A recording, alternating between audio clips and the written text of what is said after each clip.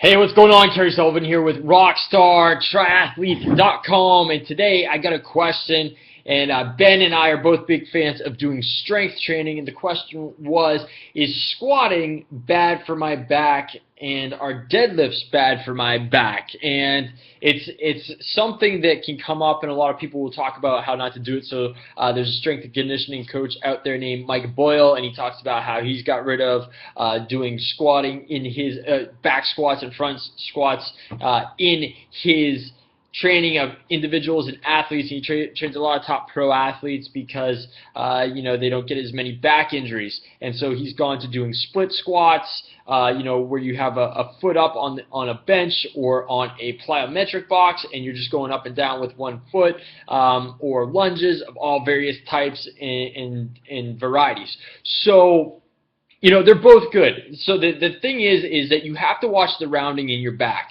I think this is the one thing that Mike Boyle leaves out, why people end up getting hurt, is you have to watch that lower rounding of the back, and where your back rounds will depend on your hips and your hip structure, how tight you are with different muscles, with hip flexors, with hamstrings, all different things. And so what you can do is you can actually go and look at yourself in a mirror, and look at yourself from the side, and what you're going to do is you're going to start dropping down, and then once you get to a certain area, you can see that your back will round out. And when your back rounds out, you don't want to have that happen. You don't want it to go beyond any point. You want to maintain a pretty straight back with that natural arch that curves in naturally as it does when you're just standing normally. So when the back starts rounding out, it starts popping out a little bit on the lower back there. You don't want to go that low. You want to go just before that would happen, right? And so when you get that rounding of the back, that's when you can get that spinal flexion, and you can put a lot more stress on a disc, and you can potentially hurt yourself that way.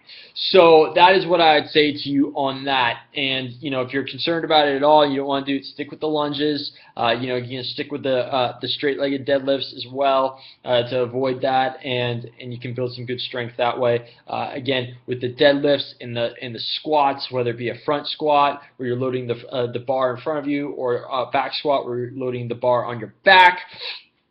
Both, again, good as long as you don't round your back out. That is my personal opinion of it. There's a guy out there, I'm blanking on his name. Oh, man. McGill, Dr. Stuart McGill, I believe, at a University of Waterloo in Canada. He's got awesome material on biomechanics and all that, so you can go check him out on that. But that is my personal opinion on squatting. I think strength and conditioning work, especially the pumping iron and doing weights of that, all different types of nature, are very good for triathletes. Often they're lacking that extra strength, and it will help you be more efficient in firing neurologically. And when you get older, over 30, it's harder to maintain your strength.